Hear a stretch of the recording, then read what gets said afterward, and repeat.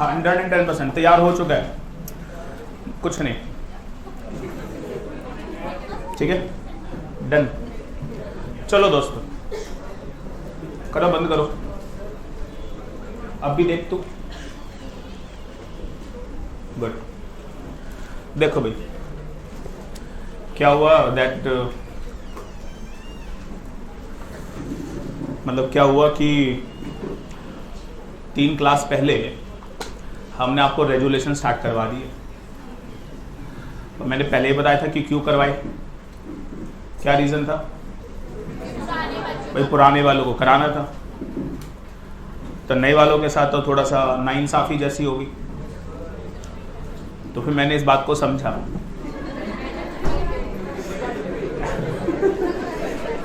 तो what we did, हमने क्या किया, जो ओल्ड वाले स्टूडेंट्स थे ना उनको संडे को एक्स्ट्रा क्लास दे दी और उनका वो जो बचा हुआ था करवा दिया, और एक उनकी क्लास संडे को मैंने बोला था एक क्लास और होगी और आपका जो बैलेंस कोर्स है इस संडे को हम ख़त्म कर देंगे, ठीक है।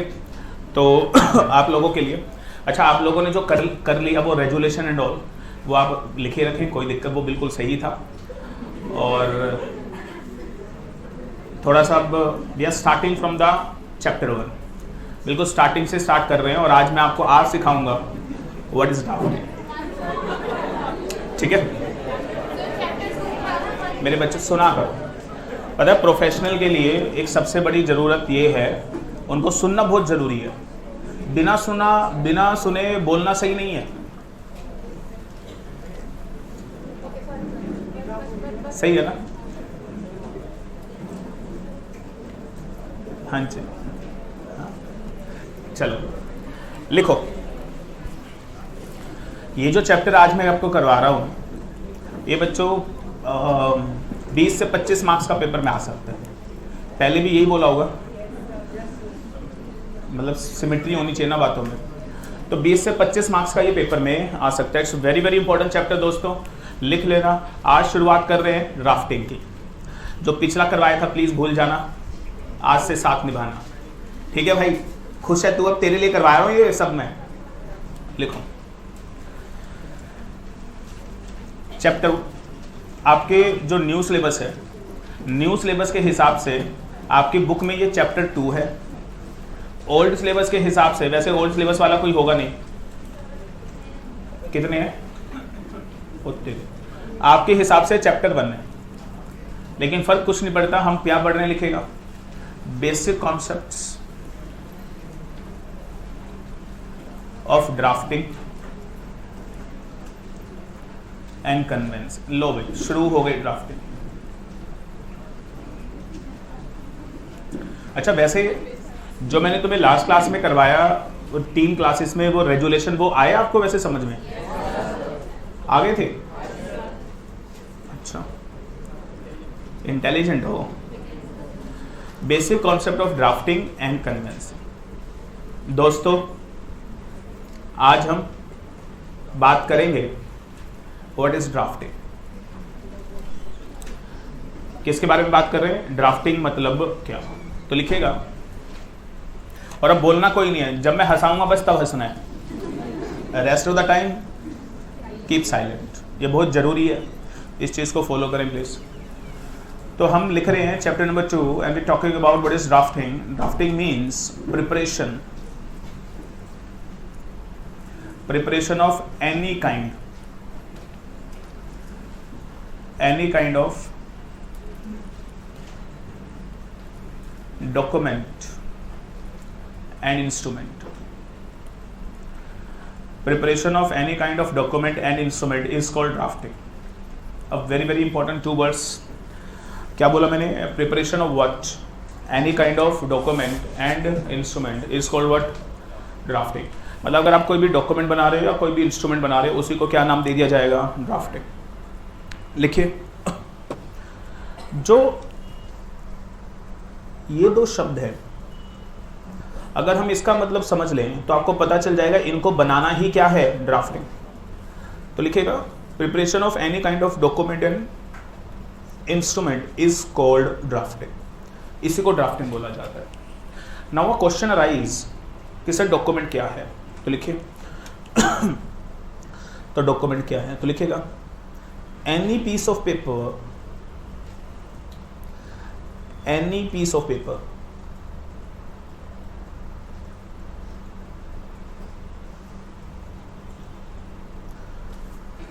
containing information, any piece of paper containing information is a document. कोई भी ऐसा कागज का टुकड़ा जिसके ऊपर कुछ इंफॉर्मेशन लिखी हो वो डॉक्यूमेंट मान लिया जाए, it will be treated as what, document. लेकिन अब इंस्ट्रूमेंट क्या, एनी डॉक्यूमेंट, कोई भी ऐसा डॉक्यूमेंट जिसके थ्रू कुछ राइट क्रिएट हो रहे हैं. क्या क्रिएट हो रहे हैं, राइट. तो कोई भी ऐसा डॉक्यूमेंट जिसके थ्रू कुछ राइट क्रिएट हो रहे बच्चों, उसको नाम दिया जाता है क्या, instrument. That concept is called what, instrument. और अगर आप कोई भी डॉक्यूमेंट बना रहे हो या कोई भी इंस्ट्रूमेंट बना रहे हो तो that is called what, drafting. उसी को नाम दे दिया जाएगा, बोलो क्या, that is called what, a simple word, drafting. Now the question rise, sir आप कह रहे हो any piece of paper containing information is a document. एक चीज सुन लो, मैंने आपको बोला कि 2 चैप्टर 25 नंबर के पेपर में आ सकते हैं, चैप्टर 2 एंड चैप्टर 3. जो अगला चैप्टर है उसका नाम है डॉक्यूमेंट एंड इंस्ट्रूमेंट. क्या नाम है, और इस चैप्टर का नाम क्या है, ड्राफ्टिंग एंड कन्विंसिंग. हम यहाँ पर अभी डॉक्यूमेंट इंस्ट्रूमेंट के ऊपर थोड़ी सी बात करेंगे, लेकिन जब नेक्स्ट चैप्टर आएगा तो वहां पे हम डॉक्यूमेंट एंड इंस्ट्रूमेंट के ऊपर बहुत डिटेल में बात करेंगे. As per the law document instrument का मतलब क्या है. अभी मैंने डॉक्यूमेंट इंस्ट्रूमेंट नहीं समझाना, अभी मैं सिर्फ क्या बता रहा हूँ, ड्राफ्टिंग और कन्वेंसिंग में क्या फर्क है. लेकिन आप लोग ये जरूर याद रखना कि इसके ऊपर हम detail discussion may be 1-2 class के बाद हम करने वाले हैं. Any piece of paper containing information is a document. अब मैं कुछ एग्जांपल ले रहा हूं, लिखेगा, आपको बताना है. Newspaper, is it a piece of paper, does it contain information, is it a document, yes. पीछे पीछे बोलेंगे तो बहुत अच्छा रहेगा आपके लिए. Is it a document, yes. आगे सुनिए, एप्लीकेशन फॉर लीव. क्या आपने कभी छुट्टी के लिए एप्लीकेशन लिखी है, is it a piece of paper, does it contain information, it is a document. Any piece of paper containing any information will be treated as what, document. A blank paper is a document. A blank paper is just a piece of paper, it never become a document. Pamphlets, pamphlets, हाँ जी मिलते होंगे आपको, फलाना classes, ढिमकाना classes. Pamphlets, are they document, yes. क्या it is a piece of paper, does it contain certain information, yes it is a document. और एक शायद मैंने पहली क्लास में एग्जांपल दिया था, लव लेटर. लिखा कभी नहीं, कभी किसी ने, किसी को, चलो अच्छी बात है, आप लोग स्टडी पे ज़्यादा ध्यान रख रहे हैं, ठीक है. लव लेटर, क्या love letter is a piece of paper, does it contain very important information, is it a document, it's a very important document. शब्द डिफाइन करते हैं आप समझ, और पता है उन शब्दों की इंटरप्रिटेशन बहुत गहराई तक होती है.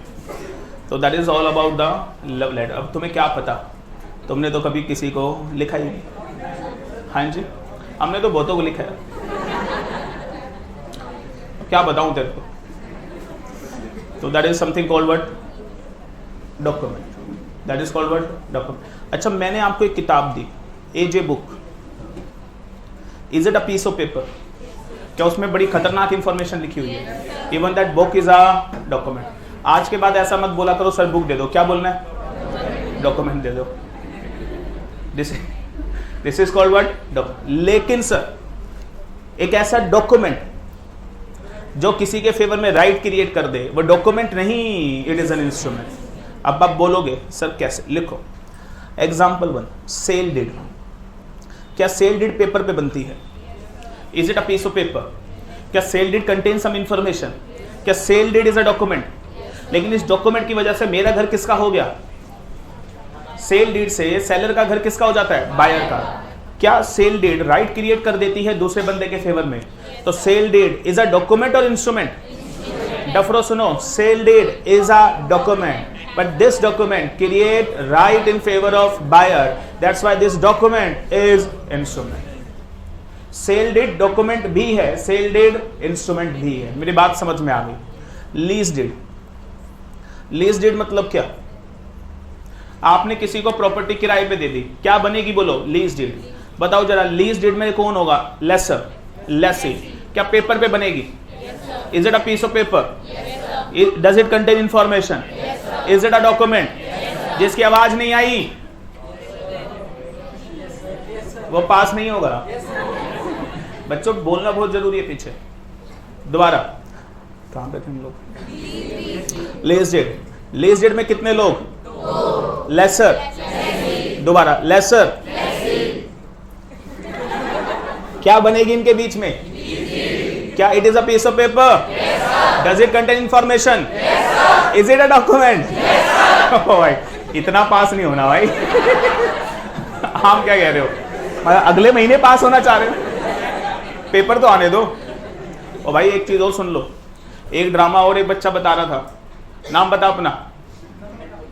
नम्रता बता रही थी भाई, कह रहे वो ट्रेनिंग व्रेनिंग का चक्कर डाल रहे हैं अब की बार, तो भाई अपनी अपनी ट्रेनिंग कर लो। मैंने कुछ नहीं बोला है, अपनी अपनी ट्रेनिंग कर लो। ये सारे पैसे भराओ, कल ही भराओ, सॉरी इसी क्लास के बाद भराओ, और बोलो सर पैसे ले लो लेकिन ट्रेनिंग नहीं, मतलब हमें पेपर देने देना। फिर सही है। अच्छा आपसे कुछ नहीं पूछा तो पागल क्यों बना रहे बच्चा को? इनका तो फॉर्म भर गया, 2 दिन के लिए टेक्निकल प्रॉब्लम हुई थी, बच्चा बता रहा है। और ये दूसरे बच्चे ने वो ऐसा कुछ नहीं होता। पागल बना रहे हो तुम। खावा खा 2 दिन खराब करवा, 2 मिनट खराब करा दिए। ये बच्चे ने बोला ऐसा कुछ नहीं है।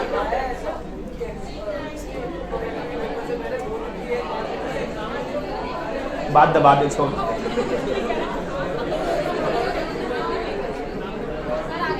आगे चलो।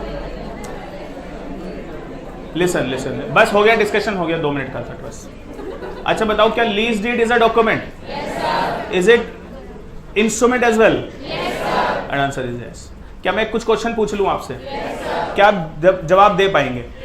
आपको सिर्फ 2 जवाब देने हैं, ये डॉक्यूमेंट है या ये इंस्ट्रूमेंट। क्या आप जवाब दे पाएंगे दोस्तों? अच्छा जवाब देंगे। देखो दोस्तों बोलो, न्यूज़पेपर क्या ये डॉक्यूमेंट है? क्या ये इंस्ट्रूमेंट है? आवाज नहीं आ रही। क्या ये इंस्ट्रूमेंट है? क्या न्यूज़पेपर आने की वजह से टाइम्स ऑफ इंडिया की प्रॉपर्टी आपकी हो जाती है? It is only it's not instrument. दोस्तों सेल डीड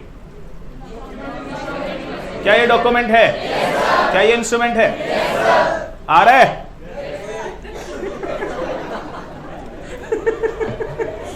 ओ भाई हाउ फनी यू आर यार। हिसार वालों को ज्यादा हंसी आई, हिसार वालों को कुछ ज्यादा समझ आ गया इसमें। एनीवेज, गिफ्ट डीड क्या ये डॉक्यूमेंट है? क्या ये इंस्ट्रूमेंट है? नहीं तो मैं गर्दन ही तो हिला रहा हूं, क्या हो गया? Is it instrument? And the most technical, love letter. Is it document? Is it instrument? Answer is no. और दैट, और क्या ले यार? Lease deed, lease, is it document? Is it instrument? Mortgage deed, is it document? Is it instrument? Pamphlet, is it document? Is it instrument? बस ये बता दो मुझे, ये तो आपने बता दिया, बट इसमें से ड्राफ्टिंग क्या थी?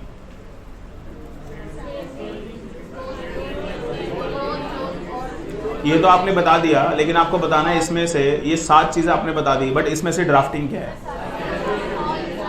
Which one is drafting? तो लिखेगा।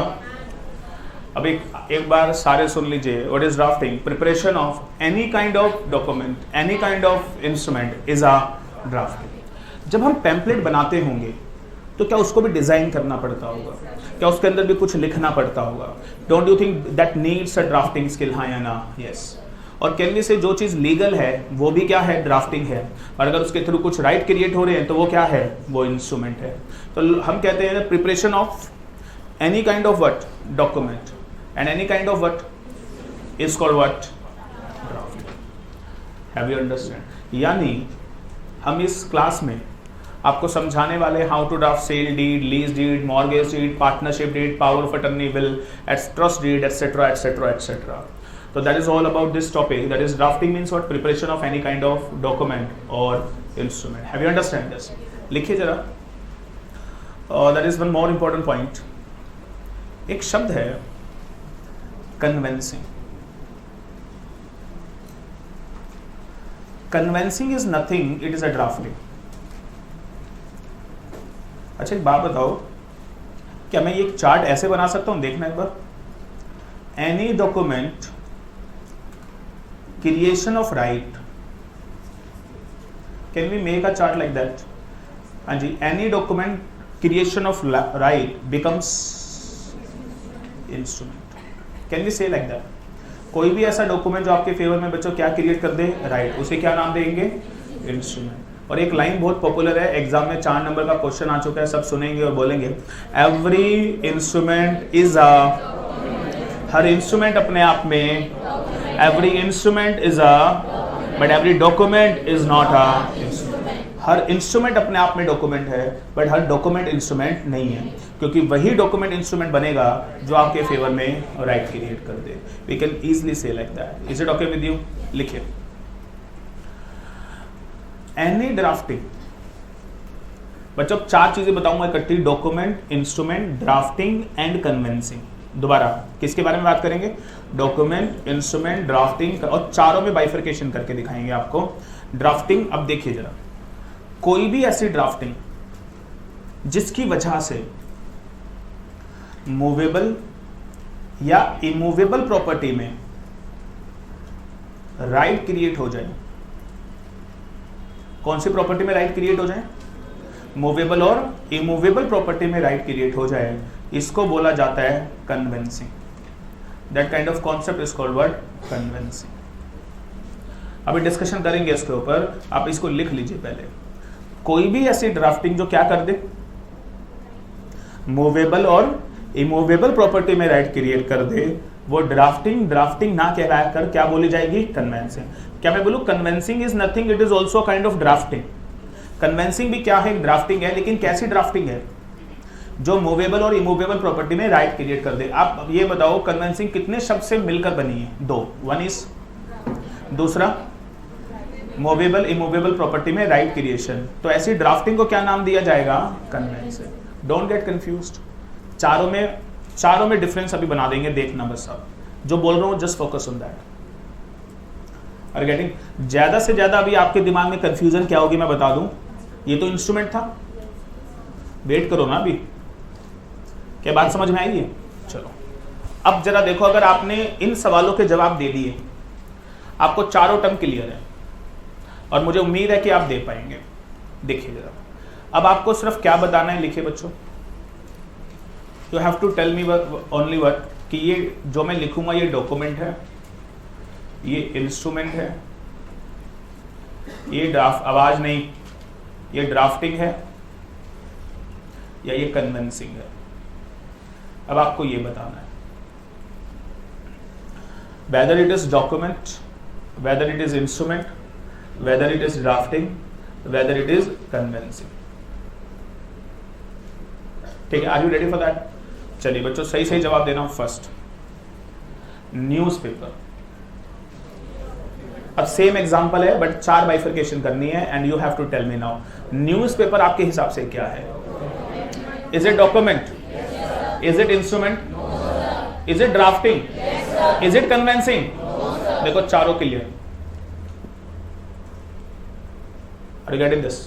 मैं एक बार इसकी एक्सप्लेनेशन भी दे देता हूं ताकि आगे आपको आसान हो. फर्स्ट, न्यूज़पेपर डॉक्यूमेंट क्यों है? It's a piece of paper containing information. Newspaper instrument इसलिए नहीं है because it is not creating any right. लेकिन न्यूज़पेपर क्योंकि डॉक्यूमेंट है तो वो ड्राफ्टिंग तो है, लेकिन इस ड्राफ्टिंग ने किसी मूवेबल इमूवेबल प्रॉपर्टी में राइट क्रिएट नहीं किया, इसलिए न्यूज़पेपर ड्राफ्टिंग तो है बट न्यूज़पेपर पे लिखा हुआ कन्वेंसिंग नहीं है. वो कन्वेंसिंग सिर्फ कब मानी जाएगी?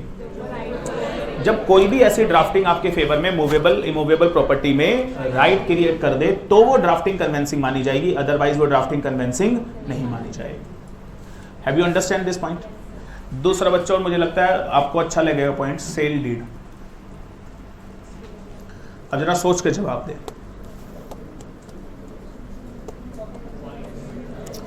Is it document? Is it instrument? Is it drafting? But tell me, is it convincing? Yes, sir. Anybody, is it convincing? Yes, sir. कितने कह रहे हैं this is convincing? Can you tell me why? Because इस drafting की वजह से immovable property में आपके फेवर में राइट क्रिएट हो गए। Are you getting this? Third example, lease deed. Is it document? Yes, instrument? Yes, drafting? Yes, but is it convincing? हाँ या ना? yes, क्यों? बच्चों मैंने क्या ये बोला कि आप ओनर बनने चाहिए? no, मैंने बोला राइट क्रिएट होना चाहिए, और लीज से क्या राइट क्रिएट हो रहा है या नहीं हो रहा है? तो आई वुड से yes it is a convincing. लिखना जरा। पॉइंट 4, पैम्पलेट, कुछ भी लिख लेते हैं हम तो समझ में आ ही गया। Is it document? Instrument? Drafting? Convincing? That is a clear cut difference between the document, instrument, drafting, gift deed, और अगर लिखना चाहें तो gift deed। हाँ जी बोलो। Is it document? Yes, sir. Is it instrument? Yes, sir. Is it drafting? Yes, sir. And it is convincing। हाँ जी, एक और क्वेश्चन है, that is one more point। अब ये थोड़ा सा एक पॉइंट और है, that point 6। ये अभी समझ में नहीं आएगा, बच्चे ने बोल दिया इसलिए लिखवा रहा हूं। लिखिए, ये अभी समझ में नहीं आएगा, ये अभी मैंने समझाया भी नहीं है। पॉइंट 6 लिखकर छोड़ देना, आंसर जरूर बता देंगे आपको क्या है ये। Promissory note.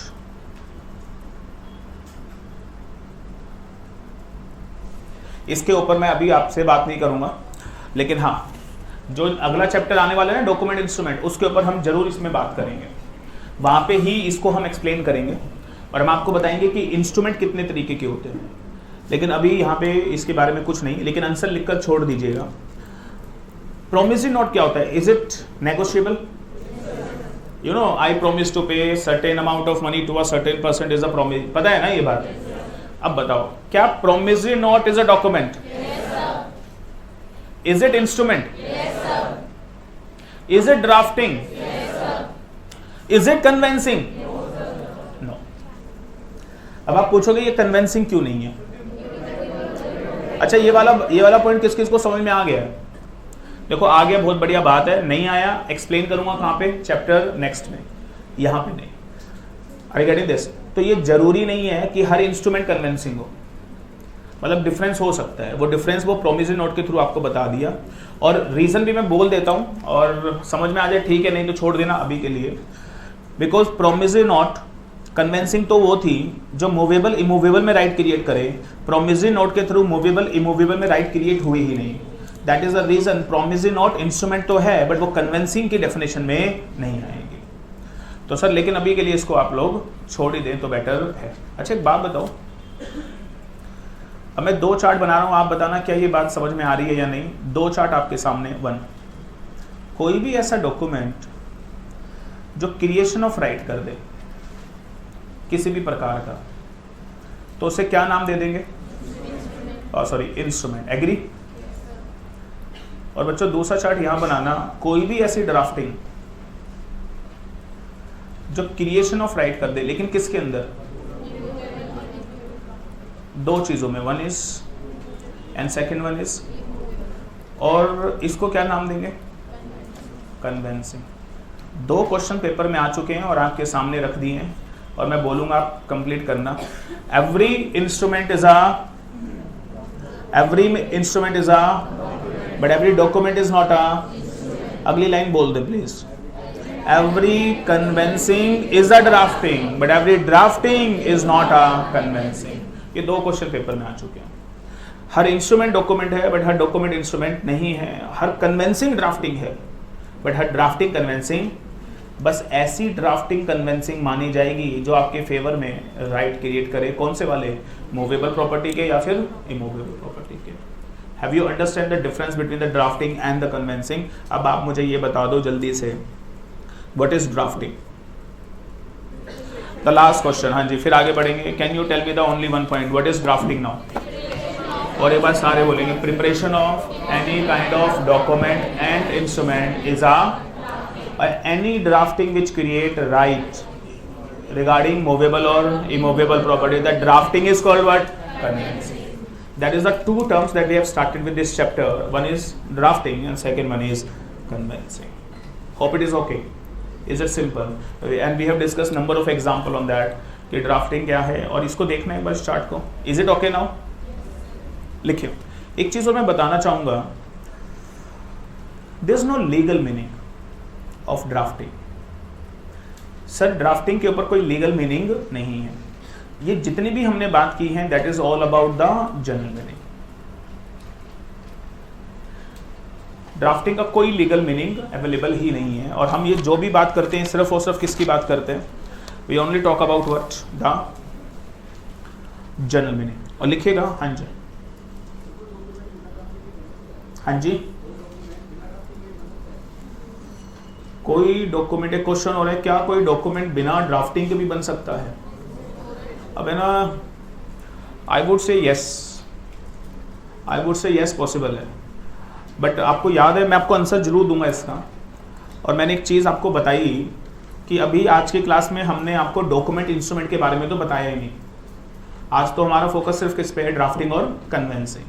क्वेश्चन रेलिवेंट है, लेकिन मैं आंसर आज भी दे देता हूं इसका, लेकिन समझाऊंगा नेक्स्ट चैप्टर में ही. और लिखेगा yes, photograph, picture. Photograph is a document, और एक नहीं दुनिया भर के एग्जांपल है. Map is a document. जो पिक्चर है वो हम बनाते नहीं है, पिक्चर खींच ली, इट इज अ डॉक्यूमेंट. अब आप बोलोगे सर वो डॉक्यूमेंट कैसे है? वो डेफिनेशन में गिवन है, और वो डेफिनेशन कब बताऊंगा? जब चैप्टर 2 जब चैप्टर नेक्स्ट आएगा. तो आपका question and answer is yes, it is possible. A pen drive is a document. A CD is a document. A nameplate is a document. Animal skin is a document. Animal skin is a document. This table is a document. This laptop is a document. Next chapter. लेकिन जब next chapter आएगा, अभी किस पे focus है? Drafting. और अभी के लिए आज की क्लास के लिए डॉक्यूमेंट इंस्ट्रूमेंट सिर्फ कितना समझना है? Any piece of paper containing any information is a document and any document which create right in favour of other it becomes instrument. अभी के लिए सिर्फ इतना समझना है सर. अभी इतनी सारी बातें डिस्कस नहीं की जा सकती. एक एक करके, एक एक स्टेप करके आगे बढ़ेंगे. नाउ लिखिएगा, हाँ जी, यस पॉसिबल है, अगर उसका कुछ यूज है तो. अगर उसका कुछ यूज है तो yes, it is a document. अगर उसका कोई यूज है ही नहीं तो कुछ भी लिखते रहो तो उसका क्या करोगे? जब यूज ही नहीं है तो उसे डॉक्यूमेंट बोलना भी गलत है, नहीं? हाँ जी, किसके अंदर? Absolutely, they are evidence. क्या डॉक्यूमेंट्री एविडेंस के बारे में नहीं सुना? यस. और even some time a signature treated as an evidence. और एविडेंस किसका होता है? डॉक्यूमेंट के तो होता है, और किसका होता है? चलो एनीवेज आगे बढ़ते हैं. We are moving further. और लिखिए question number 1 for today's class. लिखिए प्रिंसिपल्स ऑफ ड्राफ्टिंग. ये क्वेश्चन 6 नंबर का पेपर में आ चुका है. ड्राफ्टिंग करने के कुछ प्रिंसिपल्स हैं, और वो प्रिंसिपल्स आपको ध्यान रखना. प्रिंसिपल 1 लिखिए.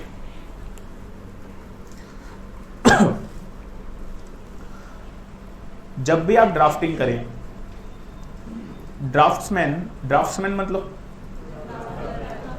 उसे पता होना चाहिए डिस्क्रिप्शन ऑफ पार्टीज. मतलब उसको किसके बारे में पता होना चाहिए?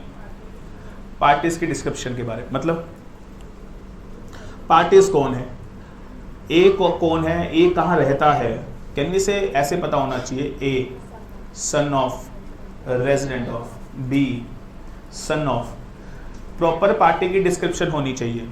आप मुझे बताओ, अगर आपको यही नहीं पता डीड किसके बीच में बन रही है तो एक अच्छी डीड, वैलिड डीड आप कैसे बना पाओगे? मुझे बताओ, डीड हमेशा 2 लोगों के बीच में बनेगी. मॉर्गेज हो रही है तो पार्टी का नाम बोलो, मॉर्गेजर. एंड सेल हो रही है तो पार्टी का नाम बोलो, सेलर. एंड लीज हो रही है तो लेसर एंड, पार्टनरशिप है तो पार्टनर 1 पार्टनर 2, गिफ्ट है तो डोनर डोनर। तो आप मुझे बताओ क्या पार्टी की डिस्क्रिप्शन के बिना कोई भी डीड बनानी पॉसिबल है क्या? इम्पॉसिबल है। तो that is the first principle of drafting. दूसरा principle that is very essential, लिखिए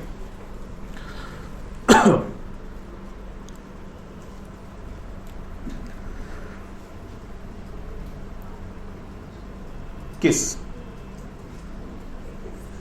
एक 6 नंबर का क्वेश्चन पेपर में आया, मैं ना हंसने लग जाता हूँ, मैं इतना सीरियस हो जाता हूँ चीज़ों को, तुम सारा माहौल खराब करवा देते हो। एग्जाम में क्वेश्चन आ चुका है, आप स्कैनर खोल के देख लेना, अगर आपको ये ना मिले तो मुझे बोलना। ये स्कैनर में क्वेश्चन मिलेगा। क्वेश्चन आया पेपर में, किस is a basic rule of drafting comment. Exam में आया हुआ है। और कई बार आईसीएसई से बड़ा नोटी हो जाता है कमेंट।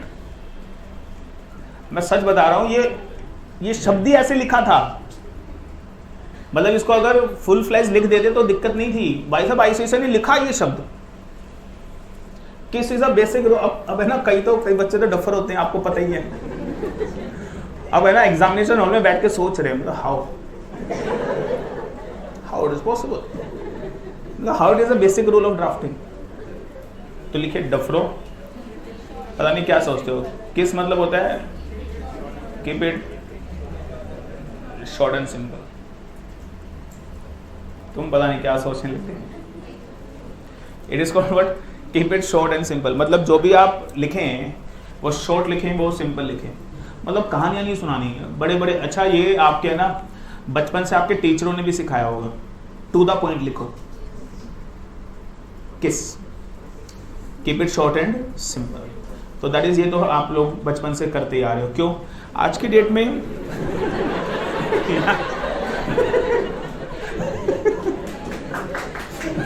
पागल हो गया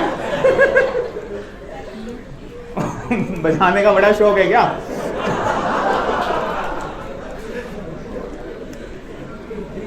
तो यार खामा गए ना, पंगे मत लिया करो, मैं कुछ भी बोल देता हूँ तो चलो। और है ना बजाया मत करो फालतू में। आज है ना एग्जाम में एक बच्ची रोने लगी हंस हंस के, तो फिर मैंने कहा रिलैक्स।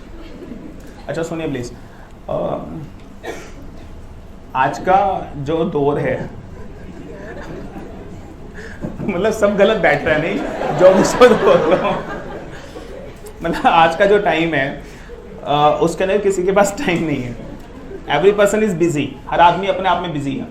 और है ना आप एक चीज़ मुझे आपको बतानी है और उसके ऊपर मैं आपको 500 लाइन बोल दूँ, लिख दूँ, तो सर सामने वाले के पास पढ़ने का टाइम नहीं है। तो वो क्या करेगा पता है, आपका जो आपने लिख के दिया वो पढ़ेगा ही नहीं। Keep it short and simple, that is a rule of drafting sir. कथाएं नहीं लिखनी है, रामायण नहीं लिखनी है, जो बात करनी है कुछ शब्दों में कर दो भैया। तो that is keep it short and simple. लिखिएगा the third one, maintain verbosity. The third rule of drafting is verbosity. लिखिए वर्बोसिटी क्या होती है, what is the concept of verbosity. हाँ जी, इसे क्या हुआ, लिखो वर्बोसिटी का मतलब होता है maintain consistency in the language. क्या बोला? Maintain consistency in the language. Maintain consistency in language. देखो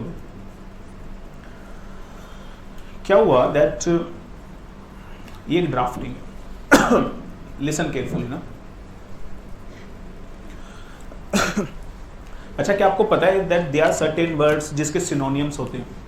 सिनोनिम्स मतलब पर्यायवाची होते हैं। सिनोनिम्स मतलब वर्ड चेंज है बट मतलब तो सेम है। अच्छा बताओ जरा, एक ऐसे में लिख लेता हूँ, कोई बताएगा रात के पर्यायवाची शब्द? रात्रि और निशा और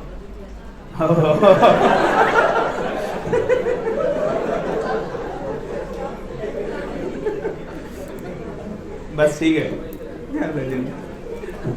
अब क्या हुआ, अब ये रात के पर्यायवाची शब्द है, सिनोनियम्स है। अच्छा, ये किसी बच्चे को पूरे याद है, सिनोनियम्स याद है। अब उसने क्या किया, एक ड्राफ्टिंग लिख रहा है, वो लिख रहा है और उसमें ना 10-12 पैराग्राफ्स है। अब उसने कहा जब मेरे को सारे सिनोनियम्स याद है, यूज दैम, नॉलेज कब यूज होगी, अब करो।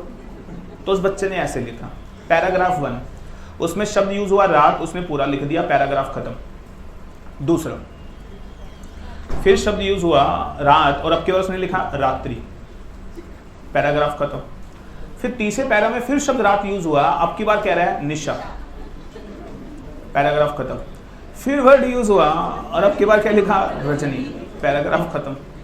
और फिर पांचवें में फिर लिख दिया रात्रि, फिर पैराग्राफ खत्म। और ऐसे कर करके अलग अलग जगह सिनोनियम यूज कर रहा है। कह रहा है नॉलेज कहाँ यूज करेंगे, हिंदी की, यहाँ सिनोनियम सारे यहाँ पे यूज कर लिए।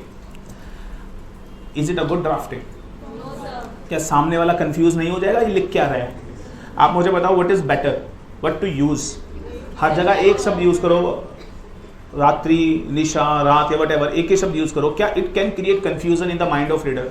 सच बताऊं, रात और रात्रि तो समझ लेगा, बट निशा और रजनी के बारे में सोचेगा लड़कियों के नाम है। क्या can create confusion in the mind of reader और नॉट? एंड यस, इसी को बोला जाता है वर्बोसिटी, इसी को बोला जाता है maintain consistency in the language. That is very very essential. अपने पर्यायवाची शब्द की गरिमा यहां ना दिखाएं प्लीज। कितने रूल ऑफ ड्राफ्टिंग हो गए? 3। चौथा, यूज पंक्चुएशन केयरफुली। और इसमें तो सीएस के बच्चे कमाल है। खैर कईयों को तो पंक्चुएशन का मतलब ही नहीं पता क्या होता है। ठीक है, फिर पंक्चुएशन। अब देखो क्या एक्चुअली क्या है, हम हमेशा रिकमेंड करते हैं एग्जाम के अंदर पंक्चुएशन यूज करो ही मत, और तभी यूज करो जब उसकी अच्छी नॉलेज हो। एक पंक्चुएशन, एक जरा सी पंक्चुएशन बहुत बड़ा डिफरेंस क्रिएट कर सकती है। और एक एग्जांपल दैट मैं हमेशा देता हूं, लिखिए रुको कोमा मत चलो, और दूसरा सेंटेंस देखना, रुको मत कोमा चलो। अब आप मुझे बताओ क्या दोनों सेंटेंस सेम है? दोनों सेंटेंस लिखे सेम है, बट सिर्फ फर्क किसका हो गया? कोमा। और आप मुझे बताओ मैंने कोमा कहाँ लगाया है? एक बार रुको के बाद कोमा लगा दिया और दूसरी बार कोमा रुको मत के बाद लगा दिया। अब देखो इंटरप्रिटेशन अपोजिट हो गई। पहले सेंटेंस का मतलब हुआ रुको मत चलो, और दूसरा सेंटेंस का क्या मतलब? रुको मत चलो। 1 comma can change the interpretation. और पता है हम लोग जब एग्जाम में जाते हैं तो जहाँ मर्जी पंक्चुएशन लगा देते हैं, जहाँ मर्जी कोमा लगा देते हैं। और मैंने देखा कई बच्चे तो ऐसे भी हैं जो कोमा सिर्फ पेपर को सजाने के लिए लगाते हैं। पूरा पेपर लिखने के बाद लास्ट के 15 मिनट में जब रीडिंग करते हैं, कह रहे चलो थोड़ा सजा लो अब, और सजाते किससे हैं? कोमा से। वो इतने कोमा लगा देते हैं एग्जामिनर कोमा में चला जाता है, और फिर बच्चा कहता है मैं पास क्यों नहीं हुआ। आपके पास ना होने की reason comma. Don't use the comma. अगर आपको उसकी नॉलेज नहीं है तो सर वो बहुत खतरनाक हो सकता है, मीनिंग चेंज हो सकता है। तो while drafting use punctuation carefully. लिखिए point number 5, avoid round about construction. मैं नेक्स्ट पेज पे जा सकता हूँ? पॉइंट 5 लिखिए यार, बोलो मत। Avoid round about construction.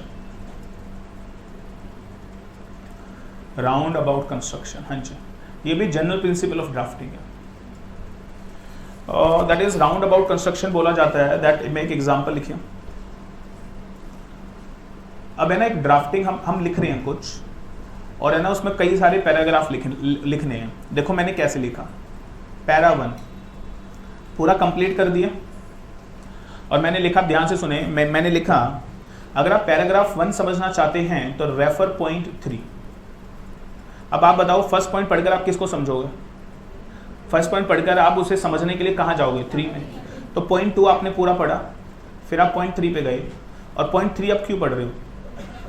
ताकि 1 समझ में आ जाए। तो आप उसमें लिखा था अगर आप पॉइंट 3 समझना चाहते हो तो रेफर पॉइंट 4।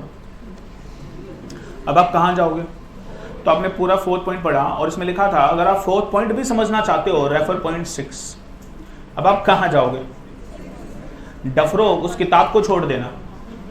6 दिमाग नाम की चीज है या नहीं है? लेकिन चलो जो बच्चे अभी भी नहीं माने, 6, अब आप 6 पे जाओगे एंड उसने बोला अगर आप पॉइंट 6 समझना चाहते हो रेफर पॉइंट 2, तो आप कहाँ जाओगे? Leave it. ये ड्राफ्टिंग क्या कर रही है? ये समझना है तो ये कर, ये समझना है तो वो कर, ये समझना है तो ये कर, दैट इज गोल गोल घुमा रहा है। इसी को क्या बोला जाता है? Round about concept. We should follow और वी शुड अवॉइड। सर ये करोगे, अगर ऐसा कर दिया आपने, क्या रीडर इसे पढ़ेगा या छोड़ देगा? Sir it is a role of drafting, कभी भी ऐसा ना करें। Never never never. ऐसी प्रैक्टिस कभी भी ड्राफ्टिंग के अंदर आपको शोभा नहीं देगी, ये बहुत गलत है। That is point number 5, that is a rule of drafting. लिखेगा नेक्स्ट। जब भी आप ड्राफ्ट करें, try to use positive sentences. यहां पे ना मैं स्पेशली एक चीज बोल दूं, मैंने ये नहीं बोला कि ड्राफ्टिंग में नेगेटिव सेंटेंस यूज नहीं करना। मैंने क्या लिखा है? Try to use positive sentence. जितना हो सके पॉजिटिव सेंटेंस यूज करो, नेगेटिव सेंटेंस अवॉइड करो। पॉजिटिव सेंटेंस ज़्यादा बेटर समझ में आते हैं इंस्टेड ऑफ नेगेटिव सेंटेंस। देखो मैं एक एग्जांपल देता हूं। सी, अगर मुझे किसी को बताना है कि ए एंड बी भाई हैं, तो मैं क्या बताऊं? अगर मुझे किसी को ये कन्वे करना है ए एंड बी भाई हैं, तो मैं इंग्लिश में क्या बोलूं? A and B are brothers. Positive sentence है, नेगेटिव सेंटेंस है? अच्छा अब देखो, इसको कन्वे करने का मैंने क्या बताना है आपको कि ए और बी क्या है? तो मैं देखो आपको कन्वे दो तरीके से कर रहा हूं, बताना कौन सा बेटर है। A and B are brothers. अच्छा लगा? समझ में आया? सेंटेंस 2, ये मैं आपको कैसे बता रहा हूं? A and B are not sisters. A and B are not sister, मतलब मैं बताना चाहता हूं ये दोनों भाई हैं, तो मैंने नेगेटिव क्या बोला? ये बहनें नहीं हैं। अब आप मुझे बताओ, आप इससे क्या समझोगे? A and B are not sisters, क्या आप सोच, फिर कुछ और होंगे क्या? वो दिमाग चल सकता है। तो which is better to give? Positive sentence या नेगेटिव सेंटेंस? पॉजिटिव। लेकिन मैंने ये नहीं बोला कि नेगेटिव सेंटेंस यूज ही नहीं कर सकते, कई बार जरूरत पड़ती है, नेगेटिव सेंटेंस भी यूज होते ही हैं। 7 रूल ऑफ ड्राफ्टिंग। कई क्या होता है, कई बार मैंने देखा नंबर ऑफ टाइम लोगों को शब्दों के बारे में पता नहीं होता, but they use those words. मतलब उन्हें पता ही नहीं है, उनको इंग्लिश बोलने का शौक है, तो शब्दों के बारे में पता ही नहीं है उसका मतलब क्या है, मुंह में आया बोल दिया शब्द और कह रहा है समझता रहे, हमने तो बोल दिया। चलो एक क्वेश्चन पूछ रहा हूँ, ऐसे ही अभी इससे रिलेटेड नहीं है, ऐसे क्वेश्चन पूछ रहा हूँ, जस्ट रेज योर हैंड और फटाफट हाथ खड़े कर लेना। अभी क्लास में कितने बैचलर हैं? How many of you are bachelors? तो ऑलमोस्ट आर। और कितने बैचलर्स नहीं हैं? मेरे को फीलिंग लेने दे। नाउ सी, लिसन, अब ध्यान से सुनिए। Use those word the meaning of which you know. Use only those words meaning of which you know. बच्चों बहुत इंपॉर्टेंट चीजें हैं और वी शुड नो दैट, हमें पता होना चाहिए। अब देखो जरा, अभी मैंने आपको क्वेश्चन पूछा कि आप में से कितने बैचलर्स हैं और पूरी क्लास ने हाथ खड़े कर दिए, एक दो बच्चे ने हाथ खड़े नहीं किए, और मैं आपको बताऊं आपको पता ही नहीं है कि मैंने पूछा क्या। That is a problem with the students. और आप देखो आप फाइनल में बैठे हो, यू डोंट, ये अगर दैट 11th-12th के बच्चे की बात होती तो मैं बोलता चलो नहीं पता होगा, मतलब आप अपनी स्टडी के लास्ट स्टेज पे हो।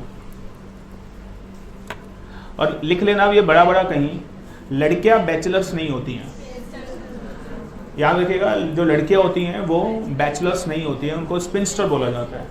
तो अगर मैं आपसे पूछ रहा हूं कि कितने बैचलर्स हैं और लड़कियां हाथ खड़ा करके करें we are the bachelors, it means you don't know the meaning of word, that is wrong. Are you getting this? और एक चीज और सुन लो जरा, अब सोच के देखिए, एक लड़की इंटरव्यू करने के लिए इंटरव्यू देने के लिए जाती है और वहां पे वो सेलेक्ट हो जाती है, और वो लड़की फिर वो जब सेलेक्ट हो जाती है थोड़ा एटीट्यूड आ जाता है, और जो वो इंटरव्यू ले रहा था उसको बोलती है, by the way I am bachelor. तो कैन यू इमेजिन दिस, मतलब वो क्या वर्ड बोल रही है। और चलो अगर सामने वाले को भी नहीं पता फिर तो मामला सेट है, लेकिन अगर उसे पता है कि भाई इसने क्या बोल दिया, I am a bachelor, it means इसे पता ही नहीं है कि ये बोल क्या रही है। Please don't use those word जिसका मीनिंग आपको पता ही नहीं है। हर्ष ये कह रहा है अब ये कैसे पता चलेगा, इसका मतलब हमें पता है या नहीं पता है। It is also big question. अब इसका मेरे पास भी जवाब नहीं है, तुम्हारे अब कैसे ये सॉल्यूशन करें हम लोग। तो लिखेगा यूज ओनली दोज वर्ड। और मैं आपको बता दूं that unmarried boys bachelors, unmarried girls sphincter. तो ये दो शब्द इस तरीके से यूज किए जाते हैं। तो यूज ओनली। अच्छा एक चीज और बताऊं, लिखिए one more general principle, always remember that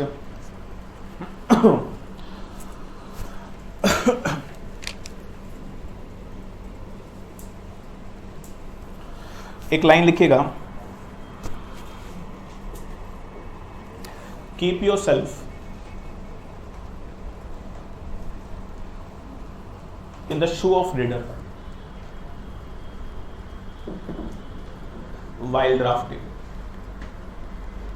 क्या बता सकते हैं इस लाइन का मतलब क्या? मतलब जब आप कुछ लिख रहे हो तो परज्यूम करो क्या, परज्यूम करो क्या दैट आप अगर रीडर होते तो क्या सोचते, तब बेटर आएगा, तब बेटर आएगा। आवाज नहीं, hello relax. See suppose we are teaching you, ठीक है, आपके और हमारे लेवल ऑफ नॉलेज में बहुत फर्क है। अब मैं क्लास में आऊँ, जरा समझिए इस बात को, मैं क्लास में आऊँ और क्लास में इंग्लिश में सेक्शन में शुरू हो जाऊँ, as per this section, as per दो सेक्शन, ये वो फलाना ढिमकाना, और बोलता जाऊँ, लेक्चर खत्म हो जाए और बच्चों को ये बोल क्या गया। हाँ जी, वी नेवर डू दिस। हम लोग आपको पढ़ाते हैं आपके लेवल के हिसाब से। हम पहले आपके लेवल तक गिरते हैं। यस, आपके लेवल तक हमें गिरना पड़ता है। आपके लेवल को फिर हम उठाते हैं और कोशिश करते हैं कि हम आपको अपने लेवल तक लेकर आएं, और तब जाके हम आपको टीच करते हैं।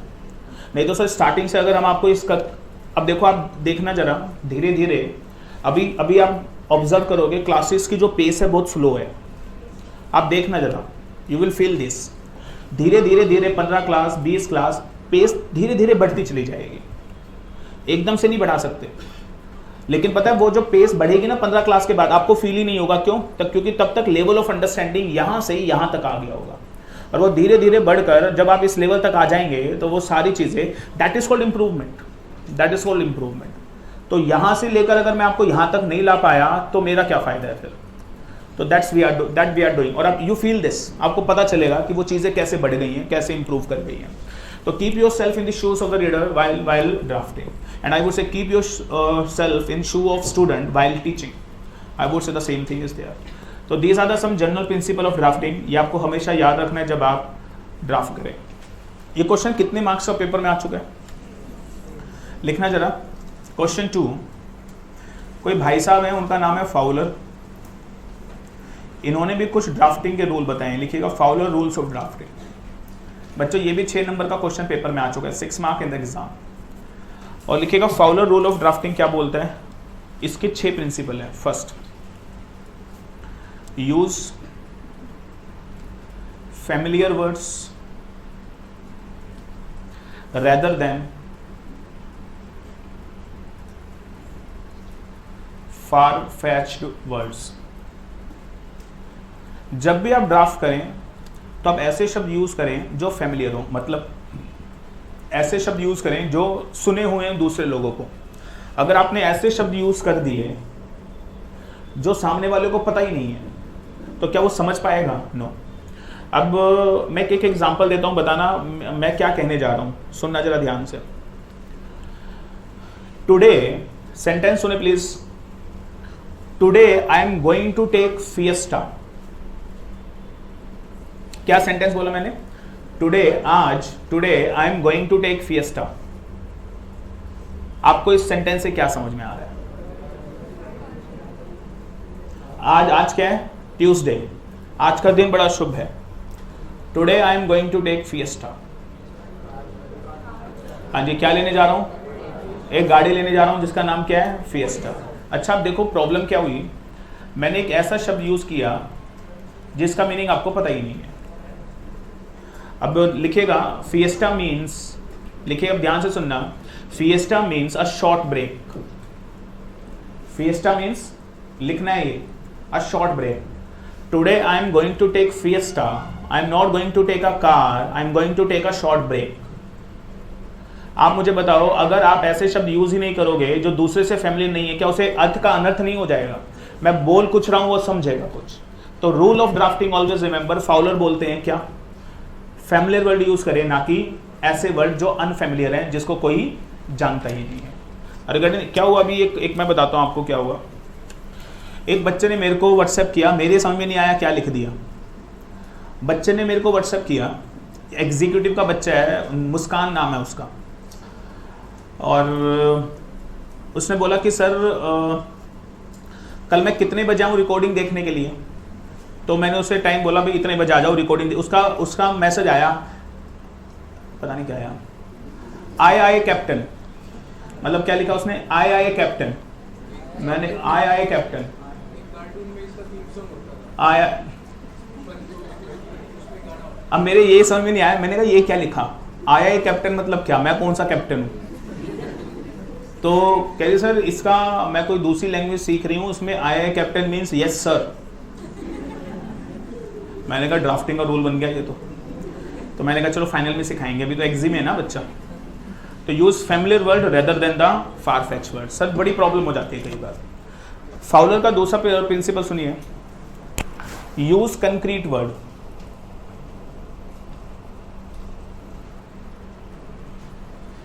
Rather than abstract word. और ये तो मैं बताऊं दुनिया करती है इसे। एब्स्ट्रैक्ट मतलब डबल मीनिंग। आप ऐसे शब्द यूज ना करें जिसके दो मीनिंग आ रहे हो प्लीज, नहीं तो फिर आदमी को समझ में नहीं आएगा ये कहना क्या चाह रहा है। तो कंक्रीट मतलब सिंगल मीनिंग वर्ड। ऐसे शब्द यूज करें जिसका सिंगल मीनिंग हो ताकि क्लैरिटी आए।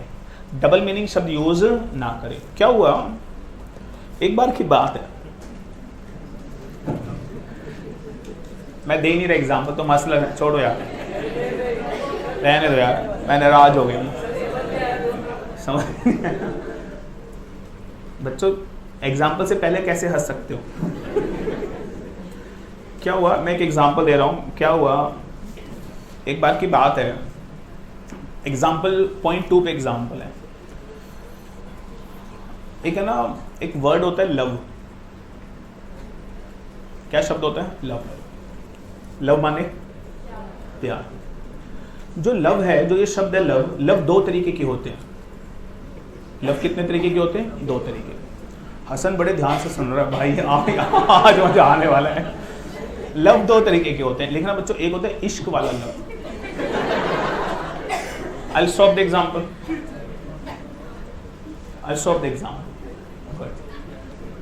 और दूसरा, अब बताओ, एक बता दिया, दूसरा तो सुनना पड़ेगा ना। रिस्पेक्ट वाला लव। दो तरीके के लव होते हैं sir. There's a bifurcation of love. There are two kinds of love. इश्क वाला लव, रिस्पेक्ट वाला लव। रिस्पेक्ट वाला लव जो हम अपने पेरेंट्स से करते हैं, अपने टीचर से करते हैं, दैट इज रिस्पेक्ट वाला लव। इसमें कोई खराबी नहीं है। अच्छा, खराबी तो इसमें भी नहीं है वैसे। ये इसमें भी कोई खराबी नहीं है। और इश्क वाला love, you know the student of year, इश्क वाला लव। अब क्या हुआ, लेकिन है ना, क्लैरिटी ऑफ थॉट्स होना बहुत जरूरी है। क्लैरिटी। अब क्या हुआ, एक बार की बात है, एक है ना स्टूडेंट है, एक स्टूडेंट है 10th क्लास में पढ़ता है वो। अब वो, उसकी जो टीचर है उसे बहुत अच्छा पढ़ाती है, तो वो अपने टीचर से उसे प्यार हो गया है, लेकिन रिस्पेक्ट वाला लव है। कौन सा लव है? रिस्पेक्ट वाला लव। 10th क्लास में इश्क वाला लव नहीं था, रिस्पेक्ट वाला लव था। तो क्या किया उस स्टूडेंट ने क्या किया, एक लेटर लिखा। अच्छा, वो स्टूडेंट टीचर से कौन सा प्यार करता है? रिस्पेक्ट वाला। तो उसने टीचर को एक लेटर लिखा, dear ma'am I love you, और वो लेटर बंद करके उनके पर्स में डाल दिया। और टीचर ने बहुत धुनाई की, किसकी? लड़के की। अब मेरा सवाल आपसे दोस्तों ये है, लड़का पिटा क्यों?